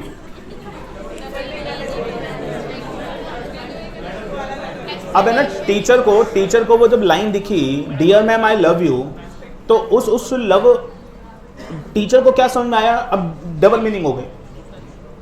अब वो कहना चाहता था रिस्पेक्ट वाला लव है, बट टीचर ने समझ लिया इश्क वाला लव। क्या पिटा लड़का भाई? Lack of no.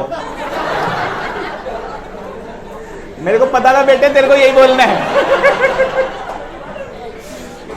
सुनिए, लिसन प्लीज, ये मैंने बनाया है, मेरा कोई एग्जाम्पल नहीं है ये। अब आप मुझे बताओ जल्दी से, बच्चे के साथ दिक्कत क्या है? Lack of drafting, lack of drafting skill. क्या आपको नहीं लगता ड्राफ्टिंग की क्लास 5th क्लास से लगा देनी चाहिए, ताकि कोई बच्चा कभी जिंदगी में ऐसे टीचरों से पिटे ना यार?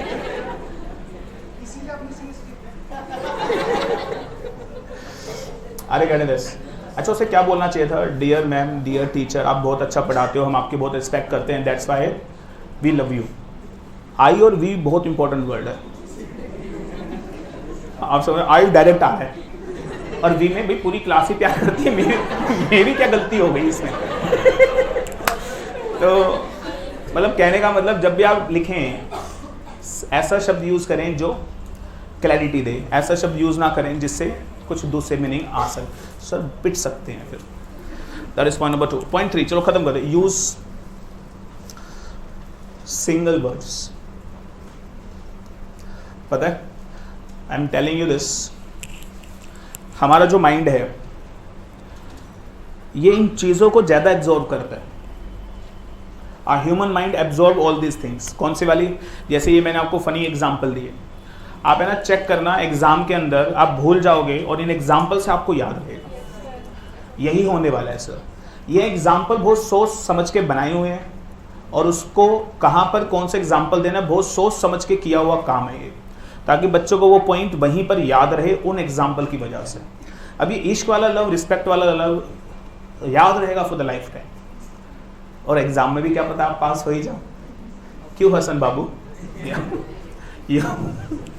Use single word rather than synonyms. क्या आपको नहीं लगता ये कॉपी पेस्ट है?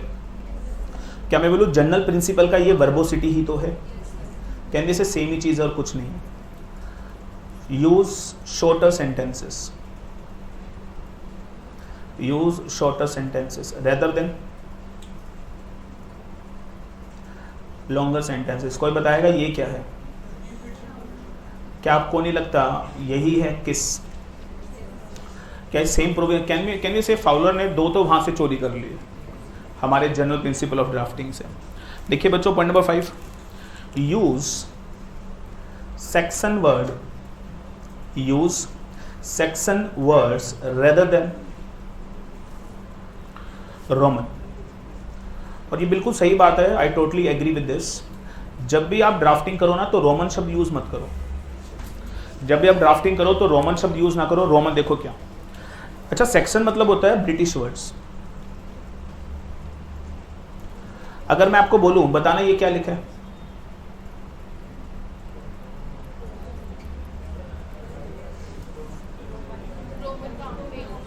नहीं, काउंटिंग में पूछना है क्या, कौन सा नंबर है?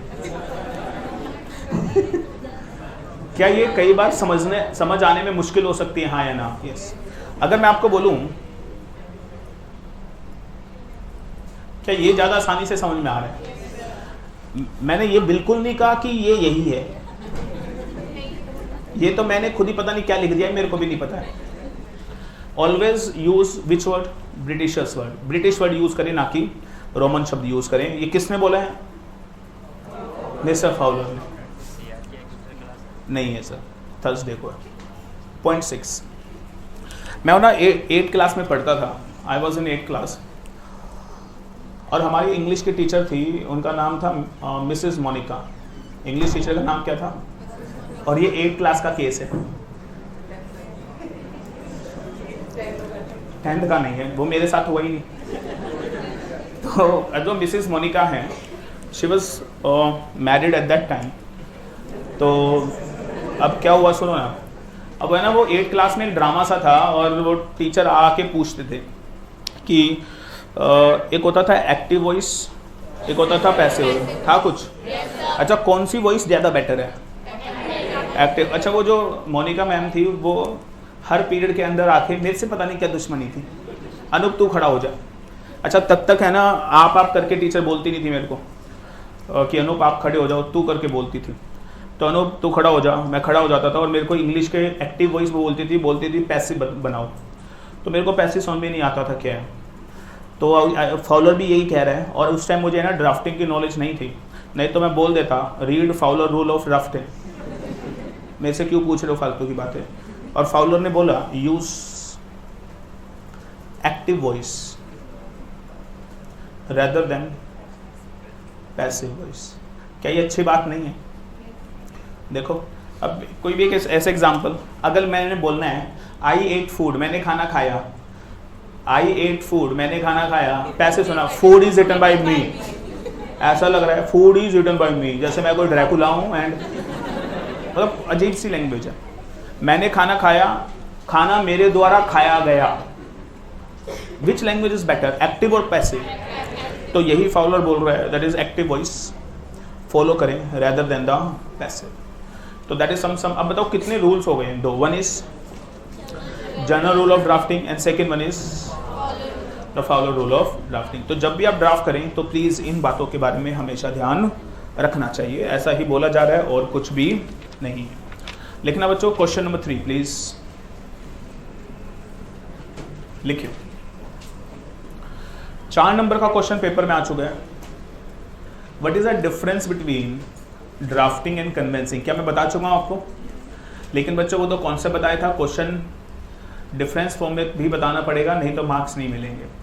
4 डिफरेंस लिख लीजिए। क्या आप कोशिश करेंगे डिफरेंस बताने की? हाँ जी, बोलो जी। बोलिए। पहला डिफरेंस मैं बता दूं आपको, दैट जो ड्राफ्टिंग है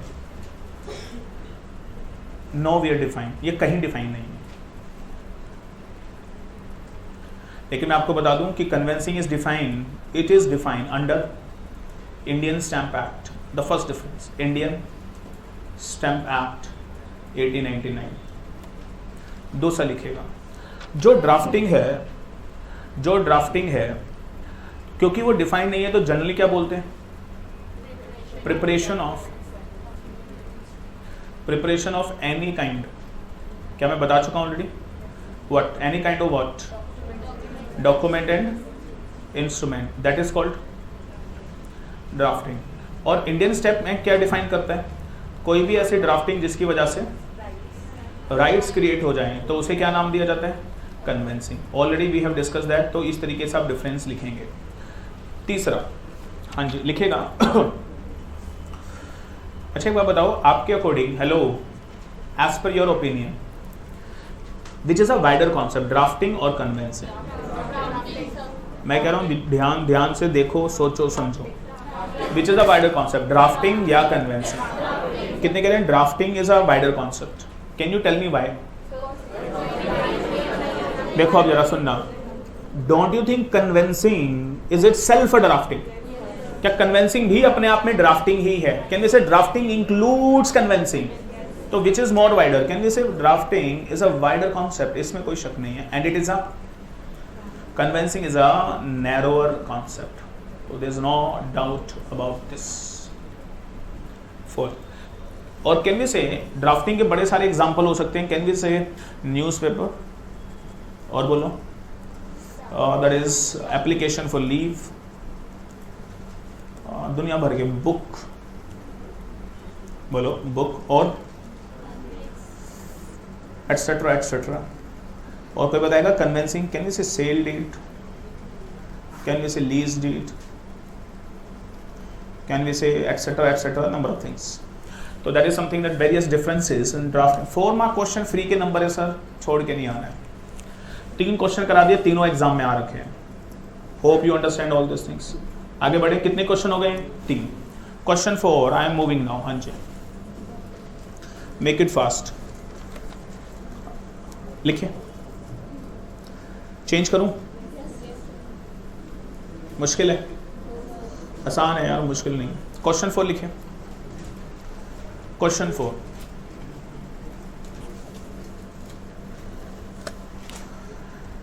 different types of drafting. Drafting कितने तरीके की होती है? तो मैं बता दूं आपको, वन इज स्टैच्यूटरी ड्राफ्टिंग। क्या आपको पता है स्टैच्यूटरी ड्राफ्टिंग क्या होती है? बच्चों, जो पार्लियामेंट लॉ ड्राफ्ट करता है, क्या वो ड्राफ्टिंग नहीं है? अच्छा, एक बात पूछूं मैं आपसे, एक टेक्निकल क्वेश्चन आप लोगों के लिए, और इसमें थोड़ा सोचने वाली बात है। मैंने अब आपको एक है ना प्रिंसिपल बताया आज, और फाउलर में भी बताया, जनरल भी बताया, keep it short and simple. Keep it short and simple. Drafting ऐसी होगी सामने वाले को समझ में आ जाए। लेकिन मैं देखता हूं जब स्टैच्यूटरी ड्राफ्टिंग होती है, बेयर एक्ट्स बनते हैं, पार्लियामेंट लॉ बनाता है, क्या वो उसे keep it short and simple रखते हैं, या वो लेंथी एंड कॉम्प्लिकेटेड बनाते हैं? तो आप मुझे बताओ, रूल ऑफ ड्राफ्टिंग जो जनरल प्रिंसिपल ऑफ ड्राफ्टिंग है, फाउलर रूल ऑफ ड्राफ्टिंग है, पार्लियामेंट तो उसे मानते ही नहीं, और सबसे पहली ड्राफ्टिंग तो वहीं से स्टार्ट हो रही है।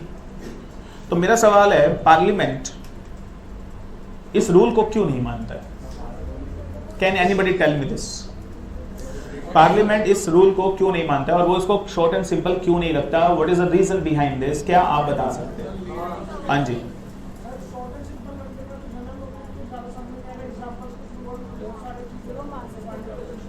दोबारा, जनरल पब्लिक को समझ में नहीं आएगा। अगर शॉर्ट एंड सिंपल करेंगे तो समझ में नहीं आएगा, मुश्किल समझ में आएगा। ये क्या बात हुई? हाँ जी। लेमैन और प्रोफेशनल में फिर डिफरेंशिएट कैसे कर पाएंगे? हाँ जी। क्या ये डिफरेंशिएशन जरूरी है, या दुनिया को लो समझ में आ जाए ये ज्यादा जरूरी है? हाँ जी। मतलब ज्यादा आसान लिख दोगे तो लूप होल्स बन जाएंगे। मैं आपको बताऊं, टेक्निकल लैंग्वेज जब लिखते हैं ना, लूप होल जब ज्यादा बनते हैं। एक एक शब्द के ऊपर लूप होल तब बनते हैं जब लैंग्वेज टेक्निकल है, और लूप होल तब बनते हैं एक आदमी को समझ में आ रहा है, दूसरे को नहीं आ रहा है, तभी तो लूप होल क्रिएट करते हो आप। जब एक चीज सबको ही समझ में आ जाएगी अच्छे से, लिखने वाले को भी ज्यादा समझ में आएगा। हाँ जी। हाँ जी।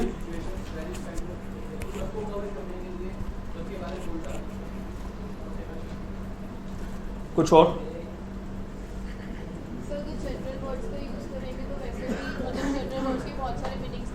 अगर जनरल वर्ड को यूज करेंगे तो जनरल वर्ड के बड़े सारे मीनिंग निकल जाते हैं, लेकिन रूल ऑफ इंटरप्रिटेशन खुद ही ये बोलता है कि यूज जनरल मीनिंग।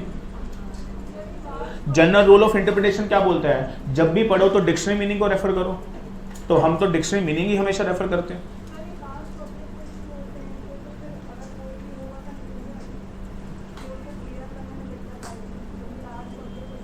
हाँ जी।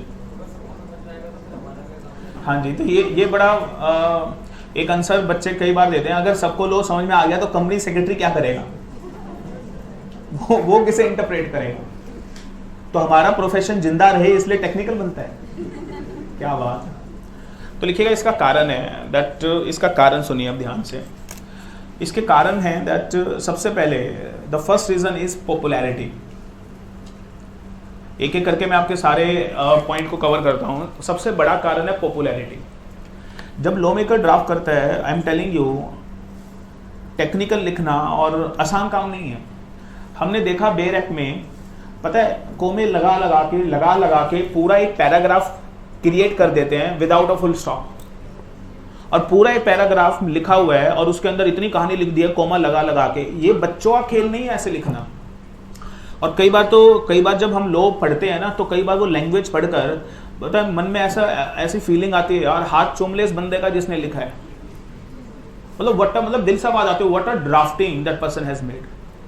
तो नंबर ऑफ टाइम जो लॉ मेकर है, ड्राफ्ट्समैन है, वो लिखता इसलिए ताकि लोग उसे अप्रिशिएट करें, लोग उसे appreciate. That is one reason. मैंने बोला that is not only reason, that is one of the reason, the sake of popularity. Are getting?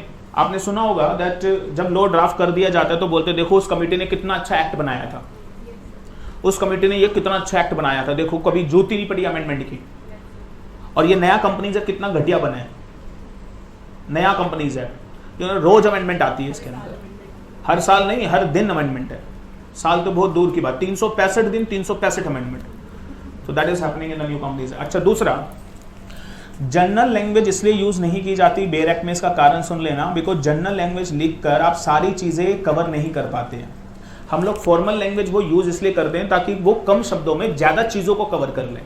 अगर जनरल लैंग्वेज लिखना स्टार्ट करेंगे तो 470 सेक्शन का जो बेयर एक्ट इतना सा है वो 10,000 पेजेस की इतनी बड़ी बुक बन जाएगी, तो that is not possible to read by everyone. तो सर इसलिए वो फॉर्मल लैंग्वेज यूज की जाती है क्योंकि आप जनरल शब्दों से सारी चीजों को एक साथ कवर नहीं कर सकते हो, तो वो सिचुएशन पे सिचुएशन बनती चली जाएगी। That is our two biggest reason, एक तो जनरल शब्दों से सारी चीजें कवर नहीं हो पाती, दूसरा द पॉपुलैरिटी, इसलिए सर वो स्टैच्यू ड्राफ्टिंग में वो टेक्निकल शब्द वगैरह यूज किए जाते हैं। और दूसरी तरीके की जो ड्राफ्टिंग होती है लिखिएगा, that is commercial drafting, that is a commercial drafting लिखिए। और लिखिएगा कमर्शियल ड्राफ्टिंग आई वुड से जो कमर्शियल ट्रांजैक्शन के लिए यूज होती है, and I would say sale deed, lease deed, power of attorney, will, partnership deed, promoter contract, pre incorporation contract का नाम तो सुना होगा, प्रमोटर कॉन्ट्रैक्ट, यानी से शेयर होल्डर एग्रीमेंट्स, तो कमर्शियल, ये सारे कमर्शियल ड्राफ्टिंग में आ जाते हैं। और दुनिया भर की चीज़ें हैं, mortgage deed, licence deed, trust deed, gift deed, number of things. और तीसरी ड्राफ्टिंग होती है जुडिशियल ड्राफ्टिंग। और बच्चों जुडिशियल ड्राफ्टिंग में क्या क्या फाइल, जुडिशियल ड्राफ्टिंग के अंदर क्या क्या ड्राफ्टिंग होती है, सूट फाइल करना, अपील फाइल करना, एप्लीकेशन फाइल करना, रिट्स फाइल करना, इसी को क्या बोला, एफिडेविट्स फाइल करना, रेप्लिकेशन फाइल करना, एटसेट्रा एटसेट्रा, इसी को जुडिशियल ड्राफ्टिंग बोलते हैं। पता है इसको एक नाम और देते हैं, प्लीडिंग। आई थिंक थोड़ा सा फर्स्ट क्लास में बताया भी होगा। तो अब आपके सामने they are normally the various kind of statutory. अच्छा क्या स्टैच्यू ड्राफ्टिंग हम कर सकते हैं? No, that is reserve for the parliament. लेकिन क्या हम लोग कमर्शियल ड्राफ्टिंग और जुडिशियल ड्राफ्टिंग कर सकते हैं? यस। और मैं आपको बता दूं आपके कोर्स में दोनों है।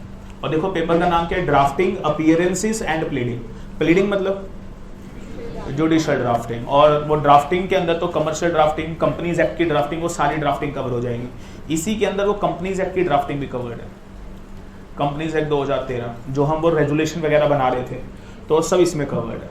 तो sir that is something. Question number 4, the types of drafting statutory, commercial and judicial हो गई। सिंपल।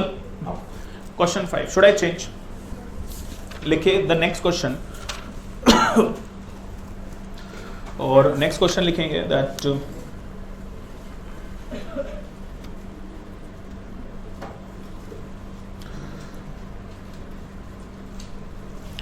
क्वेश्चन 5 लिखिए। क्वेश्चन आ चुका है पेपर में, वो क्वेश्चन मैं आपको लिखवा रहा हूं। ये क्वेश्चन पेपर में आया हुआ है 4 मार्क 5 मार्क में भी। ड्राफ्टिंग में be defined as it question आया हुआ है, ठीक है। ड्राफ्टिंग में be defined as a synthesis of law, as a synthesis of law and fact in a language form. Comment 4 marks. A very good question by the ICSI, a fantastic question by ICSI.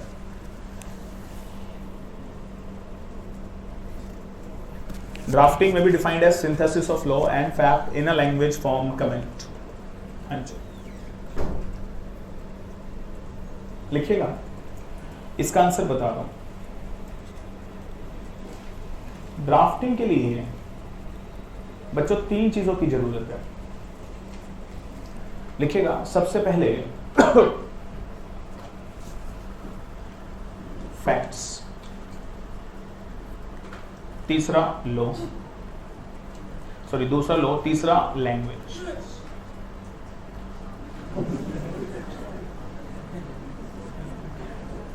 कोई बात नहीं। जो drafting है that is 3 चीजों की जरूरत है। 1 is facts, law and language. एक एग्जांपल लीजिए इस पे, मान लो सेल डीड बनानी है और ए भाई साहब हैं, वो अपनी इमूवेबल प्रॉपर्टी बी को बेचना चाहते हैं। हाँ जी, अब आप मुझे बताओ, आपको जब डीड बनानी है तो आपको क्या किन किन चीज़ों की ज़रूरत है मालूम? अब सबसे पहले आपको चाहिए फैक्ट्स। फैक्ट्स मतलब क्या? फैक्ट्स मतलब सुन लो, ए कौन है, बी कौन है, प्रॉपर्टी कहाँ है, ये सारे फैक्ट्स की ज़रूरत है। अगर आपको ये फैक्ट्स नहीं पता तो आप डीड नहीं बना पाओगे, आप ड्राफ्टिंग नहीं बना पाओगे। लेकिन अच्छी बात क्या है, ये फैक्ट्स आपको याद करने की ज़रूरत नहीं है। क्यों? क्योंकि फैक्ट्स तो गिवन होंगे, प्रैक्टिकल लाइफ में भी सामने वाला फैक्ट्स बताएगा तभी तो ड्राफ्टिंग करोगे। तो फैक्ट्स आपको कुछ याद करने की जरूरत नहीं है। अच्छा, कोई बताएगा ए अपनी प्रॉपर्टी किसको बेचना चाहता है? कोई बता सकते हैं इमूवेबल प्रॉपर्टी को सेल करने के लिए कौन सा लॉ लगता है? Transfer of property act 1882। अब ये बताओ, क्या अगर आप कोई ड्राफ्टिंग कर रहे हो सेल डीड पे, क्या you must have the knowledge of law? Transfer of property act की नॉलेज होनी चाहिए या नहीं?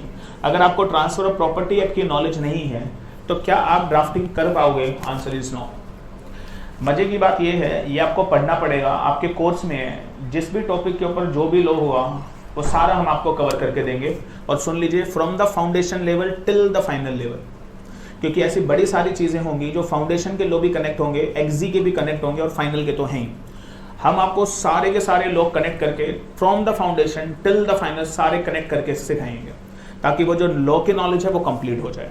हम प्रिज्यूम करके चलते हैं दैट आपका लेवल ऑफ नॉलेज 0 है, चाहे आपका रैंक 1 आया हो या 2 आया हो, हमारे लिए आप 0 हैं। हम लोग आपको 0 लेवल से स्टार्ट करेंगे, from the foundation till the final. सबसे इंपॉर्टेंट चीज लैंग्वेज, जो आप लोगों की है नहीं। सर सच बताऊं मैं आपको, फैक्ट्स गिवन होंगे, लो हम आपको सिखा देंगे। सबसे ज्यादा मेहनत जो क्लास में होनी है that is on the language. एक लाइन लिखने में जान निकल जाएगी, मैं बता रहा हूं तुम्हें, एक लाइन सही लिखने में जान निकल जाएगी। लिखना आसान काम नहीं है, और आप अगर चाहते हो कि आप सीख जाओ लिखना तो जो जो हम आपको बोले वो क्लास में फॉलो कीजिएगा, अदरवाइज सर जिंदगी में कभी नहीं सीख पाओगे। This is the last time. यहाँ पर आप सिर्फ और सिर्फ इस क्लास के अंदर, ड्राफ्टिंग की क्लास में, लैंग्वेज को सीखने के लिए आए हो। अगर लैंग्वेज पे मेहनत नहीं करोगे तो काम नहीं बनेगा आपका। Are you getting? और आप मुझे बस एक बात बताओ, लैंग्वेज कैसे इंप्रूव होगी? इंग्लिश की क्लासेस लेकर लिखेगा, बाय राइटिंग ओनली, और कोई दूसरा मेथड हिंदुस्तान में है ही नहीं।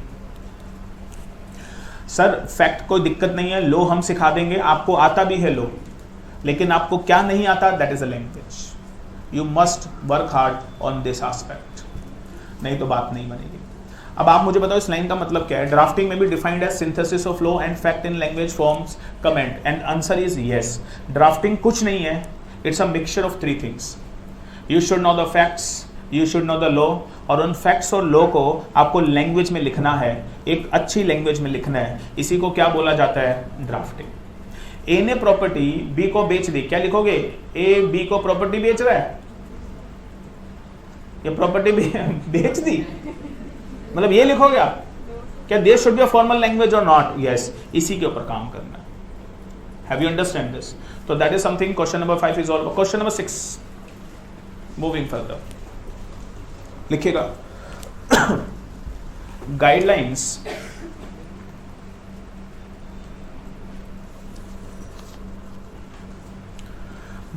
for using particular word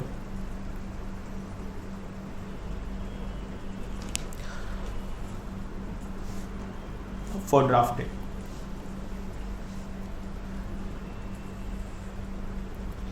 4 mark ये भी आ चुका है, लिखिए। पॉइंट 6 का मतलब क्या है, पहले क्वेश्चन सुन लो। क्वेश्चन 6 ये कह रहा है कि लिखते टाइम और उसको पढ़ते टाइम दोनों वक्त शब्दों को कैसे यूज करना है, कैसे लिखना है, उसके ऊपर कुछ गाइडलाइंस है।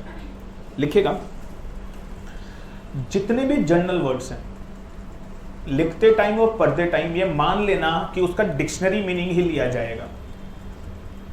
बच्चों ये अब दोनों के लिए इंपॉर्टेंट है। अच्छा एक बात बताओ, अगर आपको ये बता दिया जाए कि सामने वाला इसको पढ़ेगा कैसे, तो क्या आपको समझ में आ जाएगा आपको लिखना भी कैसे है। मैंने आपको एक क्या लाइन बोली, अगर कहीं पर कुछ भी लिखा होगा, कोई भी शब्द लिखा होगा, तो उस शब्द का मतलब वो क्या समझेगा कि उसका डिक्शनरी मीनिंग क्या है। तो आप मुझे बताओ, लिखते टाइम आपको क्या याद रखना है, क्या याद रखना है कि जो भी आप शब्द यूज कर रहे हो, अगर आपको उसका मतलब नहीं पता तो पहले उसका डिक्शनरी मीनिंग चेक कर लो। अगर आपको डिक्शनरी मीनिंग चेक कर लिया तो आपको पता चल जाएगा क्या कि इस बात का मतलब यही है और सामने वाला भी इसको यही समझेगा। तो it is always important to remember that जब भी आप कुछ लिखें या पढ़ें तो जनरल वर्ड का मतलब कैसे लिया जाएगा, लाइक अ डिक्शनरी मीनिंग। दूसरा लिखेगा, क्या आपको पता है लीगल वर्ड्स अगर कभी यूज हो जाएं तो लिखेगा लीगल डिक्शनरी मीनिंग। कौन सा मीनिंग? लीगल डिक्शनरी मीनिंग, आपको वो यूज करना है। क्या वो लीगल डिक्शनरी जैसे जनरल डिक्शनरी आती हैं, क्या लीगल डिक्शनरी भी आती ही होंगी? यस। तीसरा, as far as possible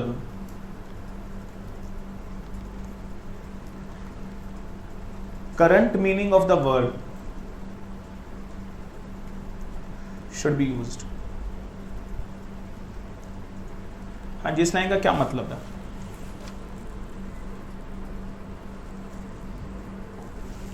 इस लाइन का क्या मतलब? as far as possible current meaning should be used। हाँ जी, जो करंट में चल रहा है, लिखिए। इसको थोड़ा सा समझने की चीज है ये। मैं अब आपको बता दूं कि जो शब्दों के मीनिंग होते हैं ना, वो over a period of time change हो जाते हैं। मैं एक एग्जांपल देता हूं, एक शब्द है क्यूट। क्या आप बता सकते हैं क्यूट मतलब क्या? प्यारा। क्यूट मतलब क्या? प्यारा। अब सुनो, कई साल पहले मतलब 70, 80, 100 साल पहले क्यूट का मतलब होता था बेवकूफ। Over a period of time शब्दों के मतलब चेंज हो जाते हैं। ऐसे बड़े सारे, इफ यू गूगल सर्च तो वो दुनिया भर के मीनिंग आपको पता चलेंगे, पहले क्या मतलब था और आज क्या है। तो पहले क्या मतलब था क्यूट का? बेवकूफ, गधा। अच्छा, आज क्यूट का मतलब क्या है? प्यारा। अब सोच कर देखो, अगर मैं आज किसी को बोलूं यू आर वेरी क्यूट, तो आपको क्या समझ में आया? मैं आपको क्या कह रहा हूं? As far as possible current meaning should be use. अब आप इसे पुराना मीनिंग मत समझना। क्या समझ रहे हैं? और मैं आपको क्या कह रहा हूं? आप बड़े प्यारे हैं, आप बेवकूफ नहीं हैं। That is a meaning. As far as possible current meaning of the word should be used. Point 4, technical word should be used. और ये तो हम बात कर ही चुके हैं। Technical words shall be used after ascertaining their full meaning। और ये बताने की जरूरत नहीं है सर, शब्द तभी यूज करें जब आप उसका पूरा मीनिंग अच्छे से जानते हैं। और लिखेगा नंबर ऑफ टाइम्स शब्दों के मतलब, आवाज नहीं, नंबर ऑफ टाइम शब्दों के मतलब कहीं डिफाइन नहीं होते, ना लॉ में नोवेयर। तो आपको उन शब्दों के मतलब कस्टम से लेने पड़ते हैं। कस्टम मतलब रीति रिवाज। कस्टम मतलब रीति रिवाज। तो सर कई बार क्या होता है, बड़ी बड़ी मुश्किल हो जाती है, समझ में नहीं आता, लॉ में डिफाइन नहीं होता, जनरल मीनिंग भी समझ में नहीं आता। तो सर वहां पे उन शब्दों के मतलब आपको कैसे समझने हैं? From the customs. कस्टम मतलब रीति रिवाज। कहीं किसी एक्ट में लिखा हुआ है, I am just giving one example, कहीं किसी एक्ट में लिखा हुआ है एज पर हिंदू लॉ शादी तब होगी जब आप अग्नि के फेरे लेंगे। क्या लेंगे? एज पर हिंदू लॉ शादी तब वैलिड मानी जाएगी जब आप अग्नि के फेरे लेंगे। अब वो पता नहीं कितने फेरे होते हैं, आई डोंट नो, मतलब 7, 15, 20, 50 जितने भी होते हैं, लेकिन ये अपने को पता है भाई, घूमते जरूर हैं। मतलब अच्छा भाई, अब एक इशू क्रिएट हो गया। आप सुनो ध्यान से, इशू क्या क्रिएट हुआ मालूम? अब एक बंदा ये कह रहा है कि भाई अग्नि के राउंड्स लेने तब शादी होगी। तो somebody ask व्हाट इज अग्नि? क्या क्वेश्चन आया? व्हाट इज अग्नि? बताओ अग्नि मतलब क्या? अब चाय पत्ती? सुनो अब जरा हुआ क्या, अब हुआ क्या, अग्नि का मतलब बता रहा हूं, ध्यान से सुने। क्या हुआ, और एक लड़का एक लड़की दशहरे में रावण को देखने चले गए, और जब रावण जल रहा था तो वो उस रावण के 7 चक्कर लगा लिए जलते रावण के। Are they married? Are they, ये बड़ा खुश हो गया। हाँ जी, आर दे मैरिड? क्यों? क्या वो अग्नि नहीं है? अच्छा, अब अग्नि वर्ड क्या, अग्नि मतलब क्या, लो में डिफाइन नहीं है, और जनरल मीनिंग भी लिखा हुआ है आग। अब नोबडी नोज। अब क्या हुआ, एक क्या हुआ, किसी ने क्या किया, किसी ने एक टेबल जला दिया, टेबल जलाया, टेबल अब अग्नि हो गई और उसके साथ चक्कर लगा लिए। इज इट अग्नि?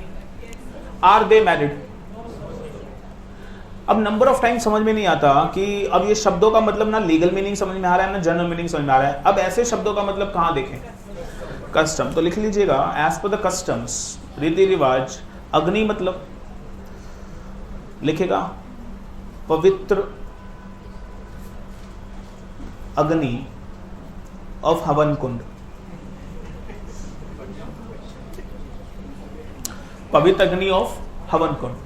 तो अगर आप ये बात करें, यानी सर वो रावण के चक्कर काटने से या वो टेबल के चक्कर काटने से वो शादी नहीं मानी जाएगी, तो वो कस्टम के अकॉर्डिंग हम, अच्छा शादी आपने भी सुनी होगी, मतलब एल्बम तो देखा ही होगा ना पेरेंट्स का, तो आप देखो वहाँ पे वो एक होता है ना, देखो गलत नहीं कह रहा, मेरी में भी था। तो that is something how we interpret this word the havan kund. तो that is something simple, that number of time पता नहीं चलता कि कौन से शब्द को। हाँ जी, आप कुछ पूछना चाह रहे हो? हाँ जी,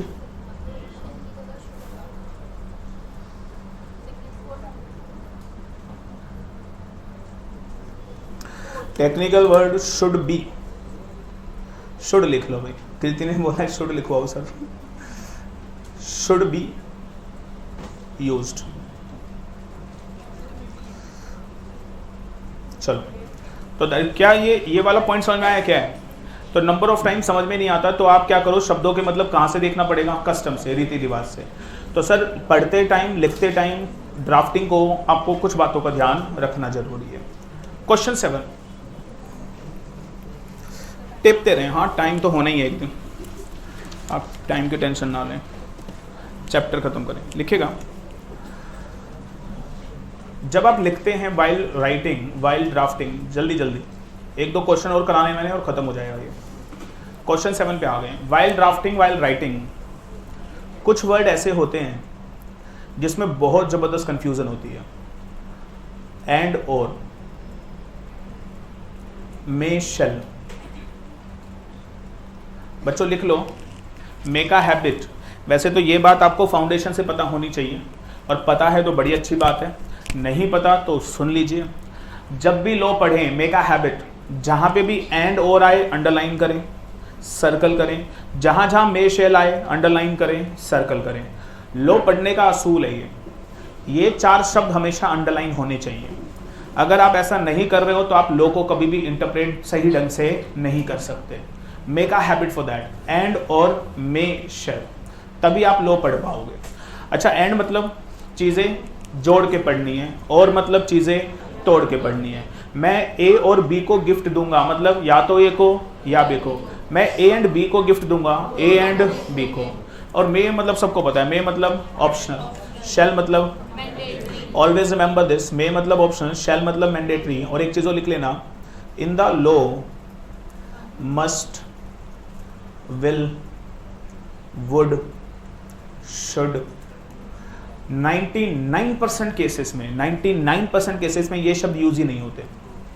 माइट, ये शब्द यूज ही नहीं होते। और लॉ के अंदर तो बहुत आसान हो गया है, सिर्फ 2 ही शब्द मैक्सिमम टाइम यूज होंगे, या तो में या तो shall. Maximum number of time I am talking about 99%। एक कहीं कहीं जगह अगर कहीं लिखा हुआ है तो लिखा होगा सर, अदरवाइज ये तो बड़ा ही आसान है। अच्छा, अब देखो, इस चीज से एक चीज आपको भी समझ में आ गई, जब आंसर लिखें पेपर में तो कौन से शब्द यूज करें? मे और शेल।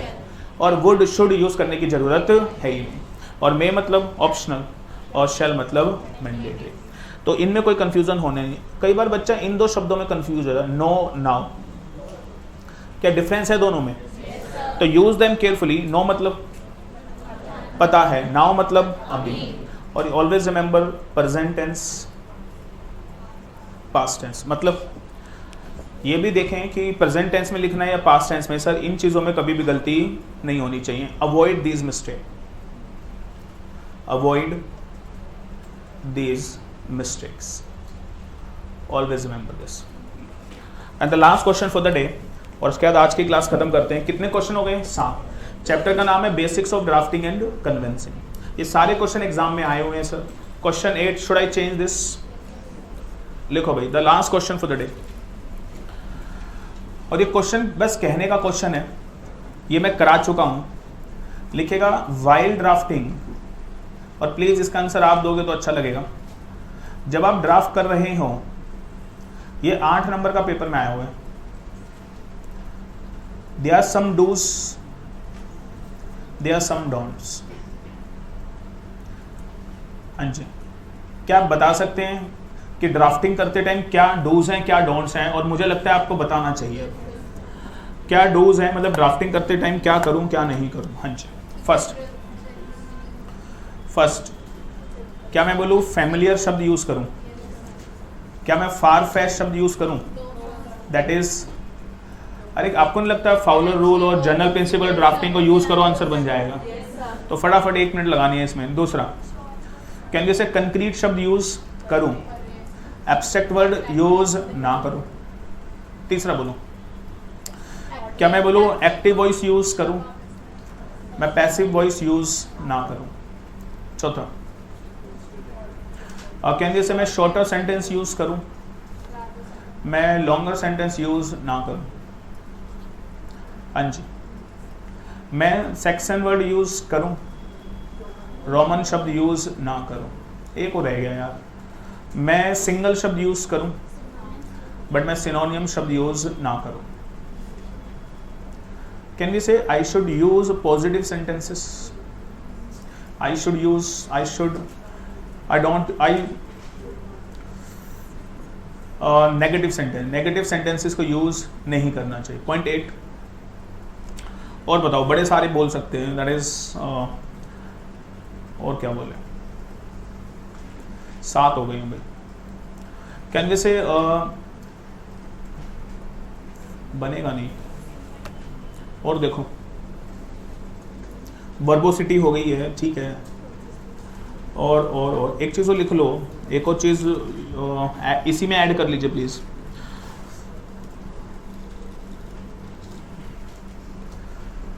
अवॉइड दीज वर्ड्स, ये शब्द यूज कम से कम करें, दैट इज मोर देन, ये एक नया पॉइंट है, मोर देन, लेस देन, और इनके बदले आप जो शब्द यूज करें दैट इज एटलीस्ट। मैं एक एग्जांपल देता हूं उसका, देखिए। हम लोग है ना कई बार पढ़ते हैं कि एक डेफिनेशन PRI, अब PRI की डेफिनेशन अलग अलग लॉ में अलग अलग है। लिखा होता है PRI वो जो इंडिया में 182 दिन से ज्यादा रहे। अब अलग अलग लॉ में, कंपनीज एक्ट में, टैक्स में और फैमा में PRI का मतलब अलग अलग है। अब मैंने रफली ले लिया, a person who resided India more than 182 days. क्या शब्द यूज हुआ? मोर देन 182 डेज, ये शब्द लिखा हुआ है। अब इसमें दिक्कत क्या पता है, कई बार ऐसा कई बार लगता है, लिखते टाइम हम पढ़ तो लेते हैं, हमें ना ये शब्द भूल जाते हैं मोर देन, और लिख क्या देते हैं ओनली 182 डेज, 0 हो जाएगा। मोर देन 182 मतलब क्या? 183 दिन, 182 तो था ही नहीं। लेकिन अगर मैं लिख दूं एटलीस्ट 183 डेज, क्या आप मुझे बताओ ज्यादा बेटर क्लैरिटी आगे नहीं आ गई? कई बार आदमी 182 में खो जाते हैं। अब देखो जरा, आपके साथ हुआ है ये, लिखा हुआ मोर देन 182 डेज, और कोई प्रैक्टिकल क्वेश्चन आ गया कि वो 182 दिन तक इंडिया में रहा है, तो आप ही कंफ्यूज हो जाते हो कि भाई PRI था या नहीं। It's a matter of confusion. लेकिन अगर लिखा हो एटलीस्ट 183 डेज, तो 183 डेज पर तो कंफ्यूजन होगी नहीं, और अगर है भी हाँ कर दिया तो भी सही है। तो दैट इज द पॉइंट। तो सर लेकिन मैंने ये नहीं बोला कि ये शब्द कभी यूज नहीं करने, लेकिन मैंने कहा कि यूज कोशिश करें कि इन शब्द को ना करें, और ऐसे शब्द को यूज करें, can we say it is a better expression? It's nothing, it is a better expression. तो that is some dos some don'ts and that's. इसमें ना एक दो क्वेश्चन और बच गया है. That is question number 9. Should I change this? लिखेगा. एक क्वेश्चन और बच गया है इसमें. That is what is the difference between contract. थक गई हो गया या करवा दूं? SST है. ओ, ये क्वेश्चन बच्चों 5 नंबर का पेपर में आ चुका है.